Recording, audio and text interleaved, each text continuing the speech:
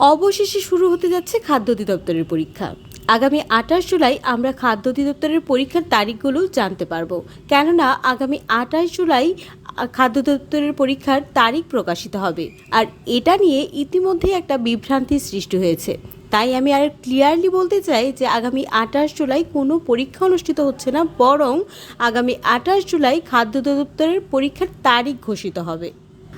আর এই মুহূর্তে সঠিক প্রস্তুতি নেওয়ার কোনো বিকল্প নেই। আর সেজন্য প্রয়োজন বিগত সালের প্রশ্নগুলো খুব ভালোভাবে পড়ে নেওয়া, কেননা এবারের পরীক্ষা নেবে বুয়েট।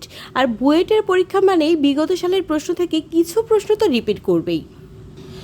তাই এই শেষ সময়ে কি কি পড়তে হবে এটা যেমন জানা জরুরি, ঠিক তেমন জরুরি কি কি পড়তে হবে না সেটা জানা। কেননা সময় খুব বেশি নেই, বরং সিলেবাসটা কিন্তু অনেক বড়। তাই সময় নষ্ট না করে আপনারা সবাই বিগত সালের প্রশ্নগুলো ভালোভাবে পড়ার চেষ্টা করুন। আর বিগত সালের প্রশ্নগুলো পেতে আপনাদের যেন কোনো সমস্যা না হয়, সেজন্য আমি এই ভিডিওতে বিগত সালের প্রশ্নগুলো তুলে ধরার চেষ্টা করেছি। এখানে বিভিন্ন পদের প্রশ্ন দেওয়া আছে, যেমন উপখাদ্য পরিদর্শক, সহকারী উপখাদ্য পরিদর্শক, উচ্চমান সহকারী, এছাড়াও বিভিন্ন পদের খাদ্য অধিদপ্তরে অনুষ্ঠিত বিগত সালের প্রশ্নগুলো এখানে দেয়া আছে।